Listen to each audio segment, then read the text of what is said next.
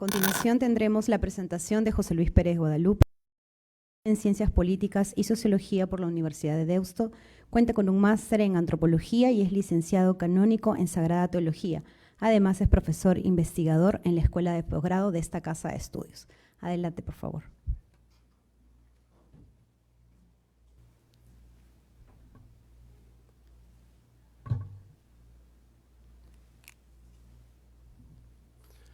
Muy bien, buenas noches a todos. Muchas gracias por estar aquí. Bueno, presenciales y virtuales, también los que nos siguen por las redes. A todos ustedes, muchas gracias. Felipe, rector de la Universidad del Pacífico, muchas gracias no solamente por brindarnos esta posibilidad de estar aquí juntos, sino también por tu presencia el día de hoy. También es, como le gusta decir, de la tribu de los sociólogos, así que estamos acá con los politólogos en familia. Agradecer también al Instituto de Estudios Social Cristianos. Armando Borda está fuera del país, pero nos sigue por las redes, y a todos los miembros del Foro Social Cristiano que también están acá. Agradecer, como no, a la Fundación Konrad Adenauer por el apoyo que nos dio, y como muy bien ha mencionado Andrés, desde el año 2016, cuando nos convocó, planteamos un tema, investigar, y lo expandimos gracias a Sebastián Grunberger desde un libro que era solamente del Perú a América Latina, y por todo este apoyo que hemos mantenido como tal. Y solamente para indicar un poquito, para ver este itinerario, porque no estamos haciendo una presentación de un libro, sino de un tema que lo hemos trabajado a lo largo de 5 años, un equipo de 20 personas, de 12 países, y que tenemos 5 publicaciones en estos últimos 5 años. Ese primer libro fue Entre Dios y el César, que lo trabajamos desde la perspectiva del Perú con una proyección América Latina. Ahí indicábamos lo que se venía para el continente.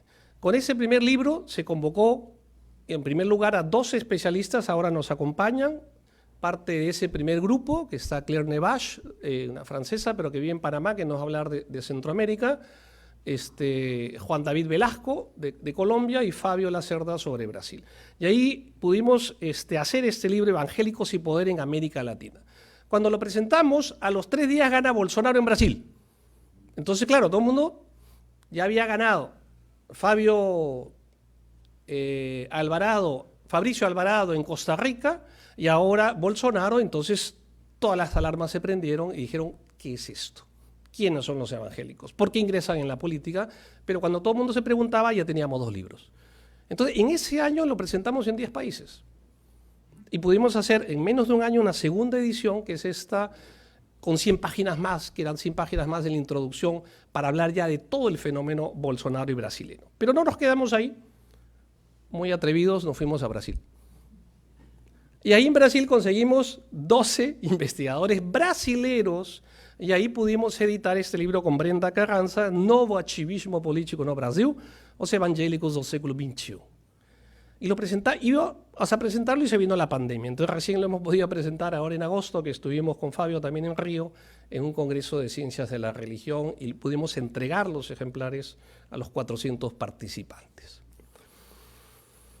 Este año acaba de salir ese nuevo libro, Políticas Religiosas en el Perú Contemporáneo, que lo he escrito con Óscar Amati León. Interesante porque Óscar es sociólogo de la Universidad Católica, teólogo evangélico protestante.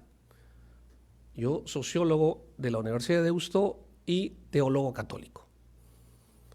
Pero esa conjunción de 2 visiones teológicas distintas y también sociológicas distintas nos permitió escribir este libro, porque yo creo que el mundo académico es eso, discusión, discrepancia. Creo que lo peor que puede haber para una persona, un académico en una institución, es la autorreferencialidad. Y creo que también el cáncer de algunas iglesias. Y el último libro, que es el que se les ha entregado también, estos 2 últimos todos lo tienen, Pastores y Políticos. 15 autores, 12 países, y es lo que ha sucedido del 2018 hasta ahora. Es decir, el fenómeno sigue adelante, sigue en ebullición, y es lo que acabamos de presentar. ¿Por qué pastores y políticos? Y sobre todo nos centramos en el fenómeno evangélico. porque los pastores evangélicos pueden ser pastores de su iglesia y a la vez políticos de sus partidos.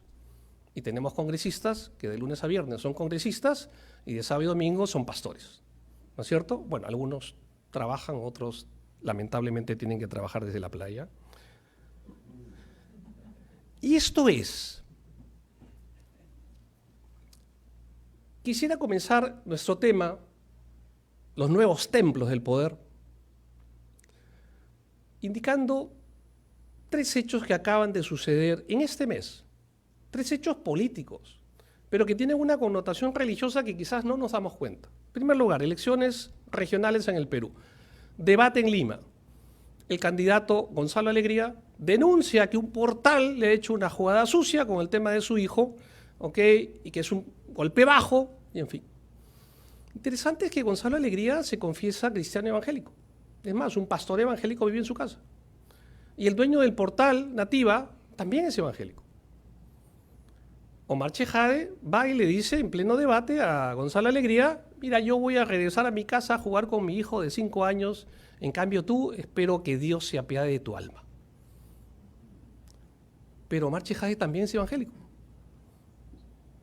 Entonces, ¿qué nos indica esto? En primer lugar, oye, ¿cuántos evangélicos hay en la política? ¿Cómo han crecido?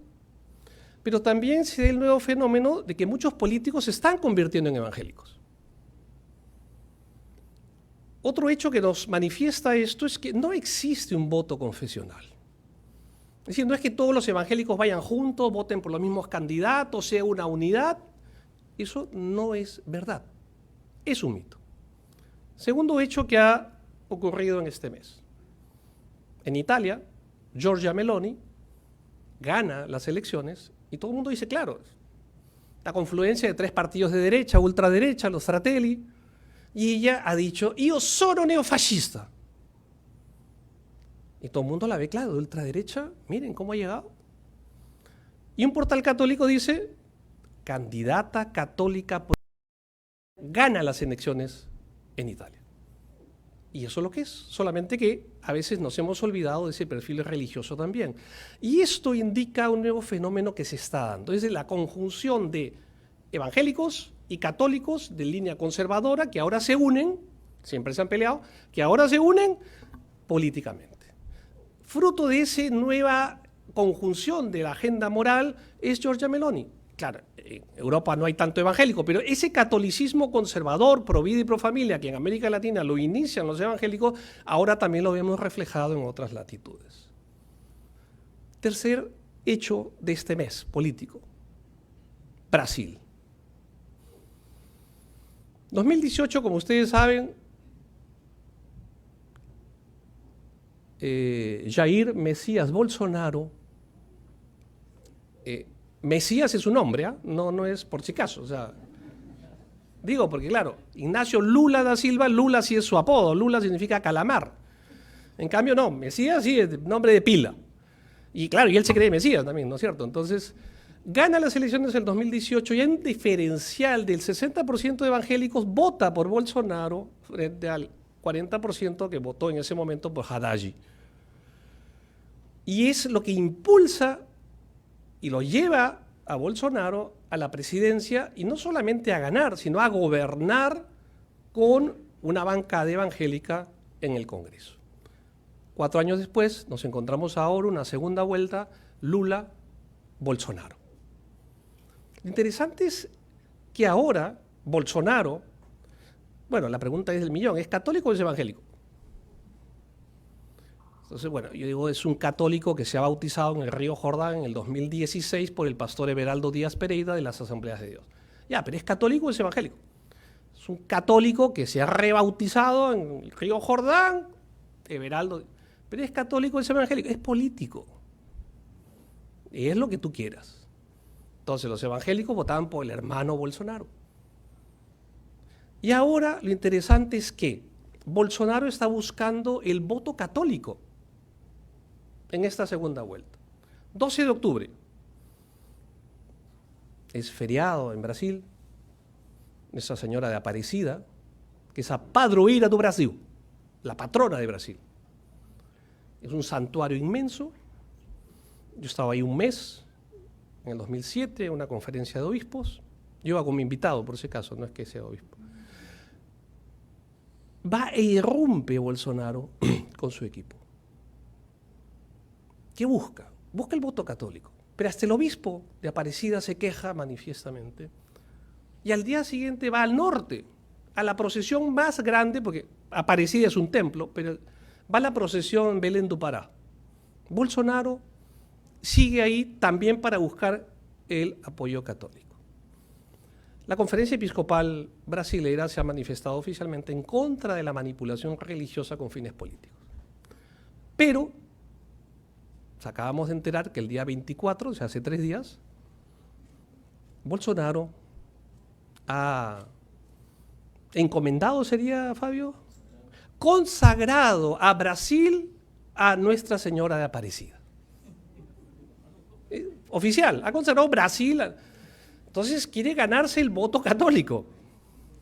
Interesante. O sea, el factor religioso en la política y en la selección. Pero Lula no se queda atrás. Entonces, como ha habido fakes, le han dicho que Lula va a cerrar las iglesias, va a acabar con la libertad religiosa. Ahora Lula, el 17 de octubre, escribe una carta a los evangélicos. También para buscar ahora Lula el voto evangélico. Y asegura que está contra el aborto y va a seguir toda esa línea, ¿no es cierto? Entonces, miren ahora ese cruce. Y la cerecita del pastel, hace 3 días, mi amigo el cardenal Pedro Barreto le dice a Pedro Castillo: señor, mejor usted un paso al costado. Y al Congreso, ¿sabe qué? Renuncien y váyanse.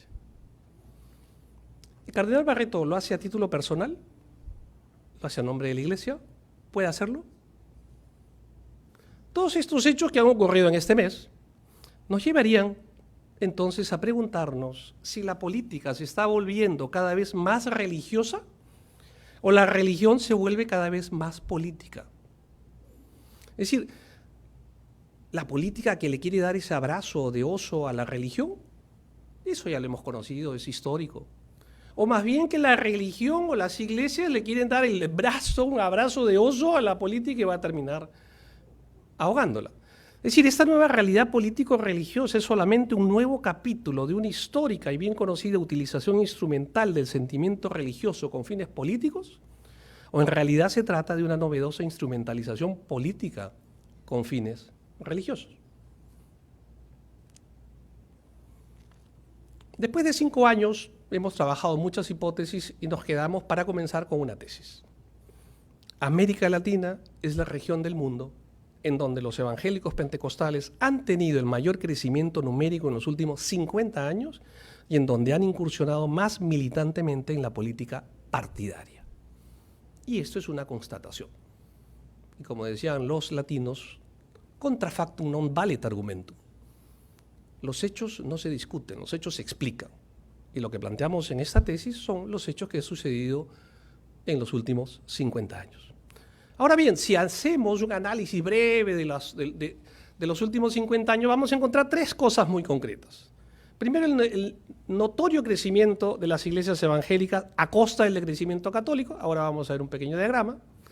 La aparición de un grupo de latinoamericanos que ya no guarda ninguna afiliación religiosa como el segundo grupo en crecimiento.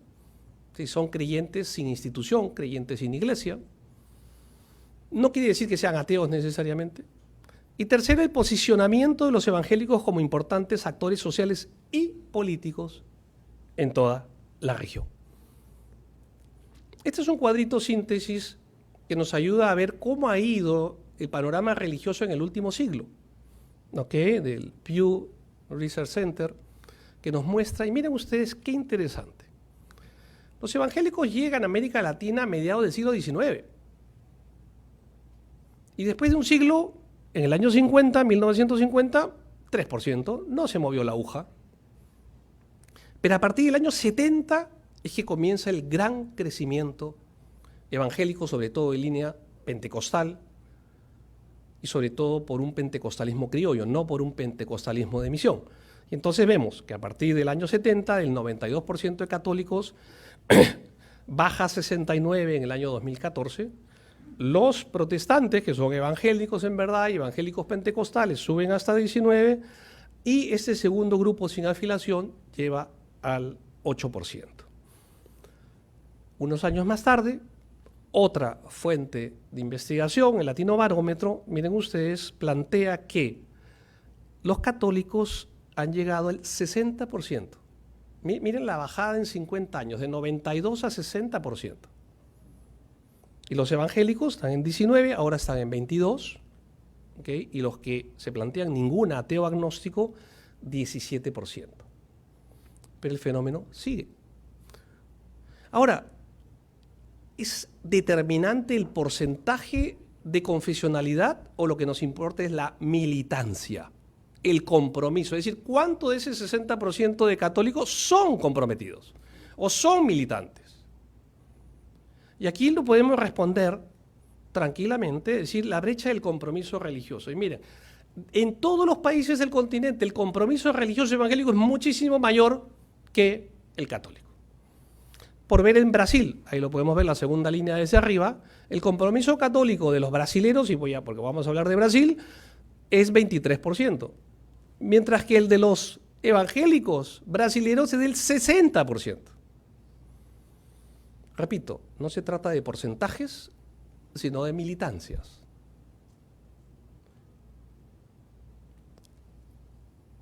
A nivel, el Anuario Estadístico de la Iglesia Católica, plantea que de los 10 países con más población de católicos en el mundo, 5 están en este continente. Qué interesante. El país con más católicos del mundo, Brasil. El segundo, México. ¿Todavía podemos decir eso? Según los censos nacionales de Brasil, miren ustedes, censo nacional, nada más, no estamos hablando de otra cosa. Miren la curva del catolicismo, el 2010, que llega a 64%, y la curva ascendente de los evangélicos, que llega al 22%, y ahora se calcula en 32% de evangélicos. En Brasil, el 32% de los evangélicos, que 60% son militantes, ¿ok? ¿Ya se imaginan el bolsón potencial político que implica eso? Y ahora entendemos por qué todos se pelean por el voto de los evangélicos.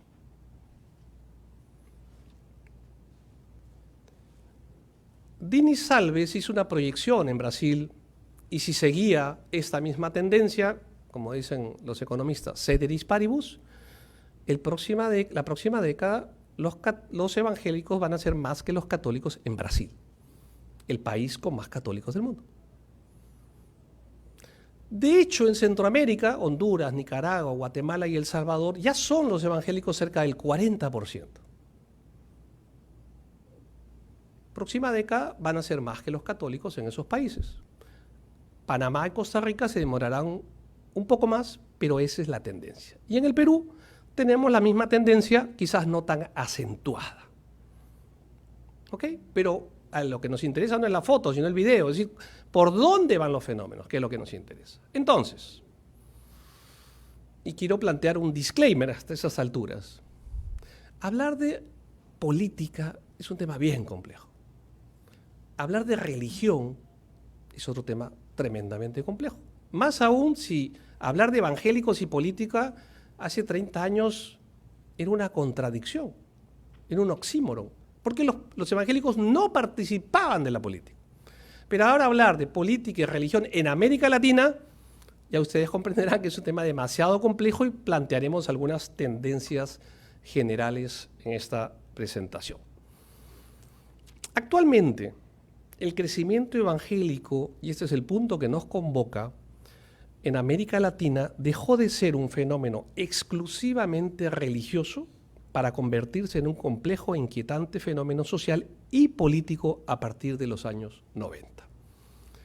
Es decir, en los años 90 se da el quiebre de los evangélicos apolíticos, de los evangélicos que no participaban en política, que huían del mundo, la fuga mundi, ¿okay? Ahora pasan de huir del mundo más bien a conquistarlo. Un cambio teológico, sobre todo en las iglesias conservadoras, evangelicales de Estados Unidos, que cambian su teología y el enfoque también, y ahora buscan la conquista del mundo. Deuteronomios 28:13, y Dios te pondrá por cabeza y no por cola. Entonces vamos a la conquista del poder. Y Dios dice, dominad la tierra y sometedla. Entonces por eso viene todo el tema de ahora de la conquista religiosa y política de los evangélicos en América Latina. ¿Quiere decir que antes del 90 no había evangélicos en la política? Sí, sí había. Muy pocos, pero había. ¿Y cuál es la diferencia? Que los que participaban hasta los años 80, más o menos, 80, 90, que es el punto de transición, lo hacían como miembros de partidos políticos ya instituidos. No formaban partidos confesionales. Lo hacían como feligreses laicos, no lo hacían los pastores. Lo hicieron en su calidad de ciudadanos, no como creyentes, ni querían ni pretendían confesionalizar las políticas públicas y menos buscar un neoconstantinismo. Y su agenda política era básicamente una agenda social, no una agenda moral como es ahora. La agenda política actual de los evangélicos que participan en política básicamente es una agenda monotemática, agenda moral. Hay una propuesta sobre seguridad, sobre trabajo, sobre... No, su propuesta es netamente una agenda moral. Entonces, a partir de los años 90, otra constatación, la mayoría de los evangélicos que participan en política son pastores o líderes eclesiales que buscan obtener directa o indirectamente el apoyo de sus iglesias a través del voto de sus feligresías, conforman movimientos o partidos confesionales, centran su agenda moral como la principal, si no la única agenda política, y buscan confesionalizar las políticas públicas sobre pretexto de representar una mayoría moral, juntando católicos y evangélicos, por supuesto, o nación cristiana. Y este es el escenario que tenemos ahora a partir de los años 90.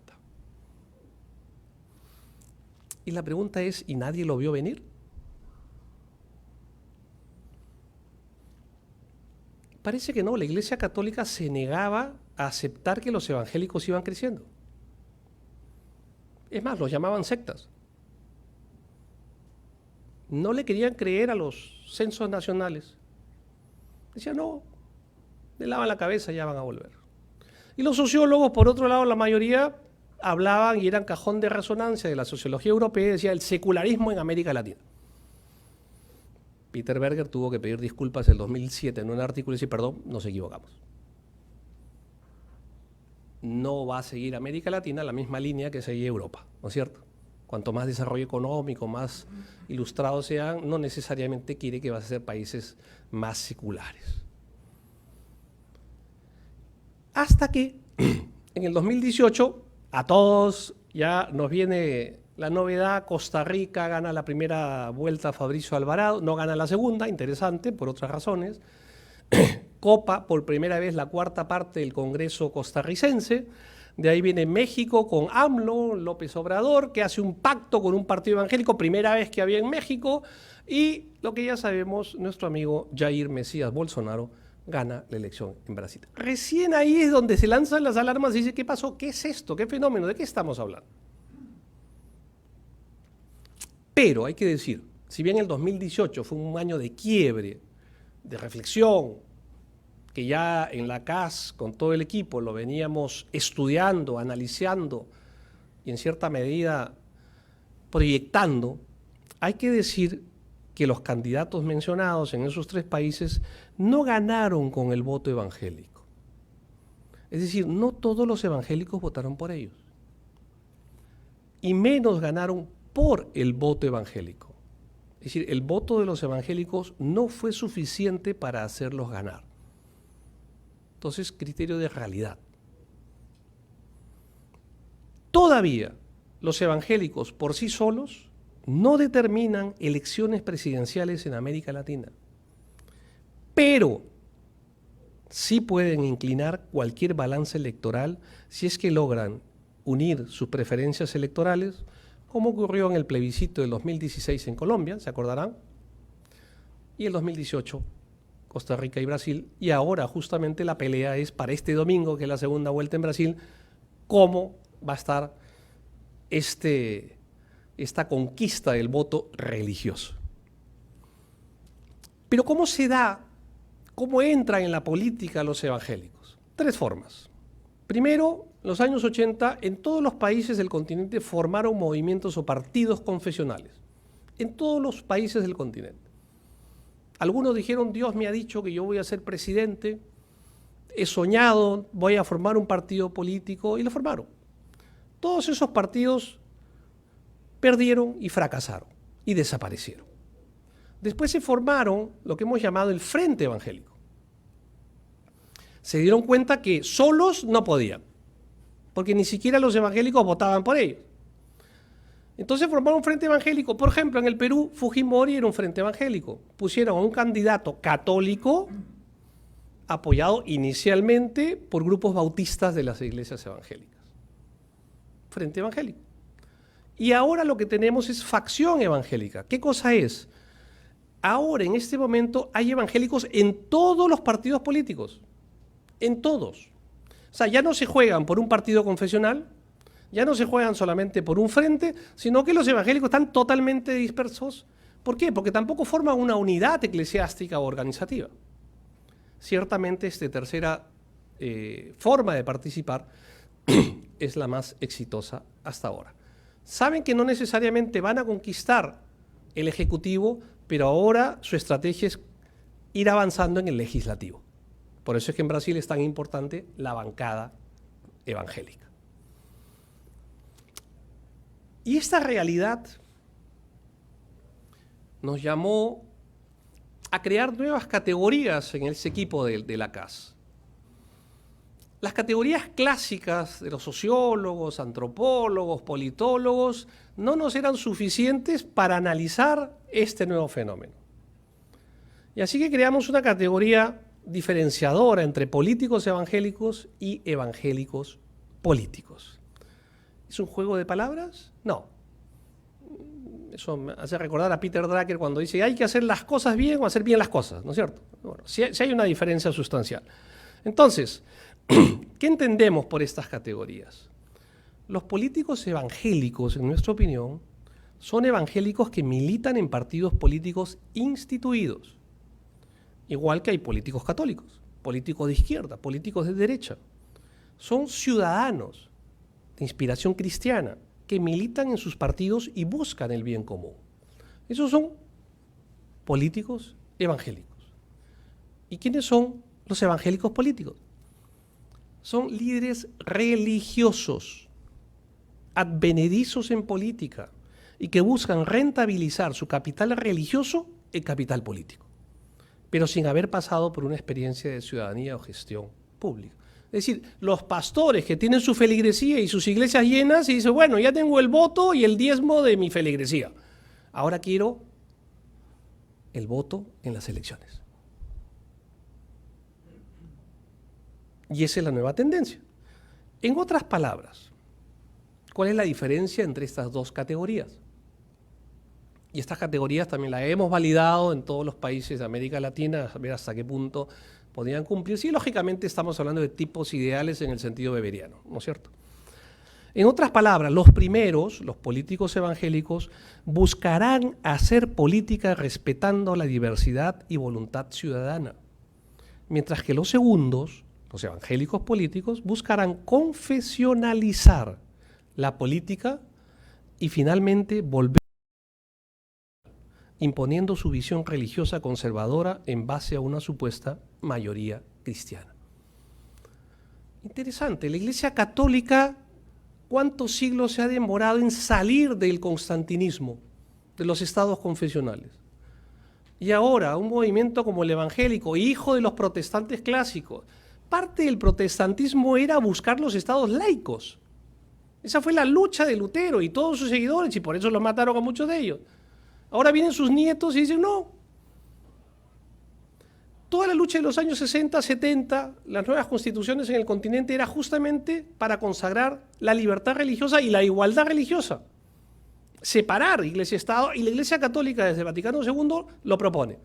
Y ahora vienen los nuevos evangélicos, neopentecostales, y buscan más bien la resacralización del Estado, la confesionalización de las políticas públicas, en base a un criterio que ellos llaman mayoría moral. ¿Cómo se concreta esto? Los evangélicos son 20%, en algunos países más. Católicos 60%, ya hemos dicho, en el continente. Pero siempre ha habido una lucha, pugna, entre evangélicos y católicos. Ha habido un anticatolicismo evangélico y un antievangelismo católico. Pero ahora el anticatolicismo evangélico se ha reducido. Ahora todos son cristianos. Ya no se habla de evangélicos. Yo también soy cristiano, hermano. Adelante, ven a mi iglesia. ¿Por qué? Justamente porque buscan imponer sus creencias en las políticas públicas a través de una supuesta mayoría moral y nación cristiana. Es decir, ahora los evangélicos necesitan ese porcentaje católico para hablar de mayoría moral, nación cristiana. ¿Cómo se concreta esto? Y voy a poner el ejemplo de nuestro amigo otra vez, Jair Mesías Bolsonaro, que es el émulo de Trump. Y el émulo de Bolsonaro en el Perú es López Aliaga. Él decía que en el 2019 en un tuit, dice: el Estado es laico, sí, pero el presidente de la República es cristiano, como aproximadamente el 90% de los brasileños lo es. ¿Ok? Pero reconoce que el Estado es laico. En cambio ahora en esta campaña, ¿qué dice nuestro amigo Bolsonaro? Deus acima de tudo. No tem esa historinha de Estado laico, no. No hay esta historia, este cuentito del Estado laico. Cuentito, historiña, no, dice. El Estado es cristiano. Antes decía, no, el Estado es laico. No, ahora dice, el Estado es cristiano y la minoría que estuviese en contra, que se vaya. Las minorías tienen que se curvar para las mayorías. Las minorías se tienen que inclinar, se tienen que doblegar ante las mayorías. ¿De qué mayoría está hablando? De la mayoría cristiana. De una supuesta mayoría cristiana. Es decir, los evangélicos han pasado de ser durante más de un siglo minorías discriminadas a pretender ser mayorías discriminadoras. Ahora la pregunta es, ¿las iglesias, los líderes religiosos pueden interferir o querer confesionalizar el Estado o las políticas públicas? ¿Podemos mezclar religión y política? Termino con 7 conclusiones. Primero, como hemos visto, no existe un voto confesional. ¿Ok? Los evangélicos no votan necesariamente por un candidato evangélico solamente por el hecho de ser evangélico. Y esto lo hemos comprobado en otro artículo que se llama El hermano no vota por el hermano. Caso concreto, el pastor Lai, 2006, se lanza a la presidencia. ¿Qué porcentaje saca? 4%. ¿Cuántos eran los evangélicos? 12%. Es decir, ni los evangélicos votaron por él. Segundo, existe una subrepresentación política de los evangélicos. ¿A qué nos referimos? Es decir, el hecho que hay un porcentaje de población evangélica no quiere decir que va a ser el mismo porcentaje de representación política de los evangélicos. No se ha dado, salvo Costa Rica el 2018, no se ha dado, ni siquiera en Brasil, donde más o menos hay 32-33% de evangélicos, más o menos la bancada evangélica era el 18%. Tercero, no hay una unidad eclesial y menos política en los evangélicos, porque los evangélicos tienen lo que hemos llamado un ADN atomizador y vocación fisípera. Se dividen. No hay una unidad eclesiástica, no hay una unidad organizativa y menos una organización política. Temáticamente, la agenda pro vida y pro familia, eso sí, tiene la capacidad, y en contra de la ideología de género y entre comillas, la capacidad de aglutinar a los evangélicos electoralmente. Ese tema sí. Y también a algunos o muchos católicos. O lo que ellos llaman pro vida y pro familia. Históricamente el modelo de facción evangélica, como hemos dicho, es el que mejores resultados ha traído más que el partido evangélico o el frente evangélico. Repito, ahora tenemos evangélicos en todos los partidos. Entonces los partidos ganadores son los que llevan a sus evangélicos. No tanto por o no solamente por el voto de sus feligresías, sino por arrastre de los partidos ganadores. Estratégicamente, el modelo corporativo de candidaturas oficiales, que es el modelo brasilero, es el más exitoso porque evita la dispersión del voto. Es decir, si dicen cuál es la receta del voto confesional, es este, el modelo corporativo. ¿En qué consiste? Y lo lleva la IURGI, la Iglesia Universal del Reino de Dios, la llevan las Asambleas de Dios. Es decir, tienen candidatos oficiales. Imaginémonos que en Lima haya 10 candidatos, que el arzobispo diga, a ver, estos son mis 10 candidatos de la Iglesia Católica, y los pasea por todas las parroquias después de misa a dar su mensaje. Bueno, es lo que hacen, por más que esté prohibido, las iglesias oficialmente en Brasil, pero es lo que hacen. Entonces evitan la dispersión del voto y ganan, salen elegidos. Ya, ese modelo corporativo hasta ahora es el más exitoso en América Latina. La última conclusión, y con esto termino. Creo que se está consolidando un voto valorativo y el ecumenismo político. Cuando hablamos de voto valorativo, ¿a qué nos referimos? Hemos hablado de voto confesional, por más que decimos que no, pero sí hay un voto de los evangélicos, no un voto evangélico. Pero ahora, porque seguimos investigando, seguimos analizando, seguimos discutiendo, vemos que ya el tema es valorativo, sobre todo de línea conservadora. Y lo importante, lo interesante en el Perú es que esta tendencia ha sido liderada por los evangélicos en todo el continente, salvo en el Perú, que tenemos a López Aliaga, una persona adscrita al Opus Dei, de Silicio y Comunión Diaria, que ha podido aglutinar en su bancada ahora 4 pastores evangélicos. Pastor Aguayo,